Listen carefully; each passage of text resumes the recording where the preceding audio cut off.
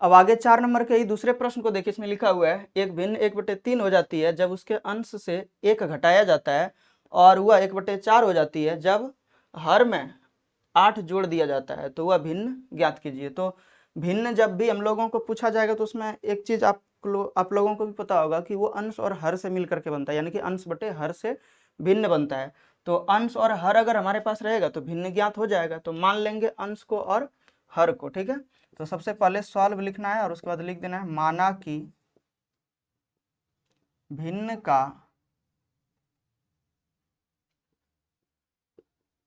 अंश x एवं हर y है। तो इसीलिए भिन्न क्या हो जाएगा, देख सकते हैं आप, x बटे वाई, चूंकि अंश बटे हर होता है तो x बटे वाई हो जाएगा। अब लिखना है प्रश्न से। प्रश्न से देखिए क्या बोला था कि अंश से एक घटाने पर 1/3 हो जाता है, तो लिखेंगे अंश से एक घटाने पर 1/3 हो जाता है, ठीक है। तो ज़्यादा अगर आपको समझ में ना आए कि शॉर्ट में किस तरह से लिखें, तो ज़्यादा कुछ करना नहीं है, तो यहाँ से ही लिख देना भिन्न 1/3 हो जाती है जब उसके हर से उसके अंश से 1 घटाया जाता है। तो यही चीज़ आपको एग्जैक्टली यहाँ उतार देना, उसके बाद सेंटेंस से आगे समीकरण निकालेंगे। तो इसीलिए क्या हो जाएगा, देख सकते हैं कि भिन्न तो x बटे वाई है। अब x बटे वाई में बोला गया था क्या कि अंश से 1 घटाएंगे, तो 1 घटा लेना है, और बराबर बोल रहा है कि 1/3 हो जाएगा, तो 1/3 लिखेंगे। अब करना क्या है, इसको सॉल्व करेंगे तो देखिए 3x हो जाएगा और ये माइनस में 3 हो जाएगा, और बराबर y गुना 1 करेंगे तो y हो जाएगा। यहाँ पर करे क्या कि ये जो 3 है इस दोनों के साथ गुना कर दिए, तिरछी गुना होगा तो ये दोनों के साथ गुना होगा, तो 3 गुना x तो 3x, और घटा है तो घटा लिखेंगे, 3 1 का 3 और y 1 का y हो जाएगा। तो इसीलिए देखिए 3x और ये वाला इधर आ जाएगा तो माइनस y, और प्लस में इस साइड अगर जो माइनस में 3 है उस साइड चले जाएगा तो प्लस में 3 हो जाएगा। तो प्लस लिखने का जरूरत नहीं है, इसको समीकरण 1 मानेंगे, ठीक है। और पुनः लिखेंगे प्रश्न से। प्रश्न से पुनः प्रश्न से चलेंगे तो प्रश्न से देखिए यहाँ पर क्या लिखा है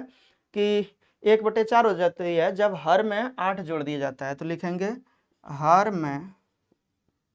8 जोड़ने से 1/4 हो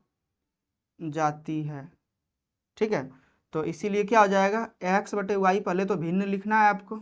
जो है भिन्न उसको लिखेंगे, और बोल रहा है क्या हर में 8 जोड़ेंगे, तो हर में 8 जोड़ देते हैं, कोई बात नहीं है, यहाँ पे जोड़ना है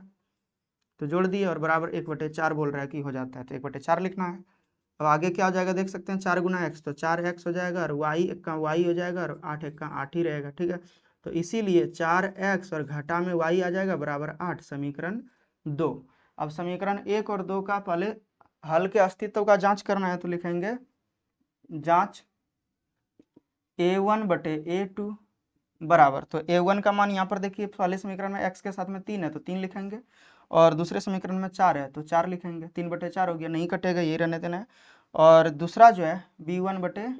b2 निकालेंगे, तो यहाँ पर देख सकते हैं y1, ये समीकरण 1 में y के साथ में -1 है, और यहाँ पे भी -1 है, तो माइनस माइनस कैंसिल हो जाएगा, तो 1/1 मतलब 1 हुआ। यहाँ पर देख सकते हैं a1 बटे a2 और b1 बटे b2 बराबर नहीं है, तो लिखेंगे यहाँ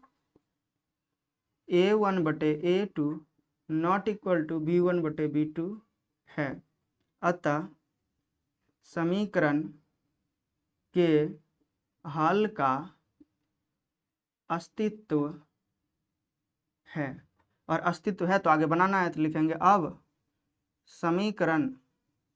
1 एवं 2 से, अगर लिखना हो आपको कि कौन विधि से बना रहे हैं तो लिखिए, नहीं तो सीधा बोल ही दिया था कि किसी भी बीजगणितीय विधि से इसको हल कर सकते हैं, तो किसी भी बीजगणितीय विधि से हल कर लेंगे, ठीक है। तो पहला समीकरण जो है यहाँ पे 3x घटा y बराबर 3, और दूसरा समीकरण है 4x घटा y बराबर 8। तो यहाँ पर देख सकते हैं कि y का गुणांक बराबर है, तो हम लोग, और गुणा में यहाँ पर देखिए गुणांक बराबर है, गुणांक मतलब क्या हुआ कि y के साथ में जो अंक है उसको गुना बोलेंगे, तो यहाँ पे भी 1 है, यहाँ पे भी 1 है।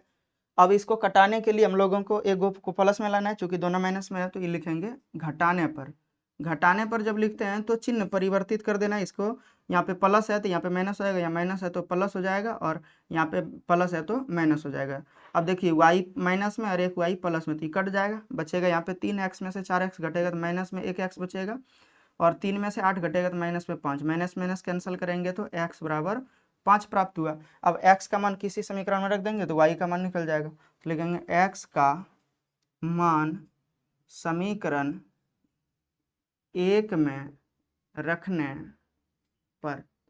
तो क्या हो जाएगा देख सकते हैं, 3x घटा y बराबर 3, और 3 गुना 5 करेंगे और घटा y बराबर 3। अब 3 बचे 15 जो है उस साइड ले जाएंगे तो माइनस में चले जाएगा, और यहाँ माइनस y है, 3 घटा माइनस 15, तो इसीलिए यहाँ पर क्या हो जाएगा, y बराबर माइनस में 12 जो है, यहाँ पे माइनस y बराबर माइनस 12, माइनस माइनस कैंसिल हो जाएगा, तो y बराबर बचेगा हमारे पास 12। तो लिख देंगे इसीलिए y बराबर 12, तो लिख देना है अतः भिन्न,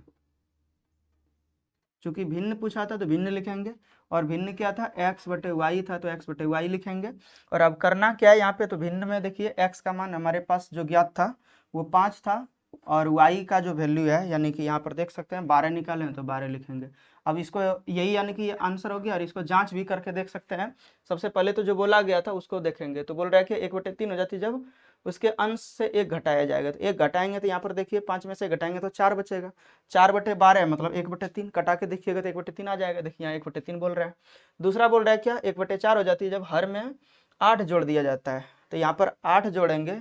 तो 12 और 8, तो 12 8 20 हो जाएगा, तो 5/20 मतलब 1/4, कटाइएगा तो 1/4 आ जाएगा। तो ये बिल्कुल सही है, आंसर का भी चेक हो गया। तो आगे अब आपको करना क्या है, इसको स्क्रीनशॉट लीजिए और बस प्रैक्टिस करते रहिए इसको।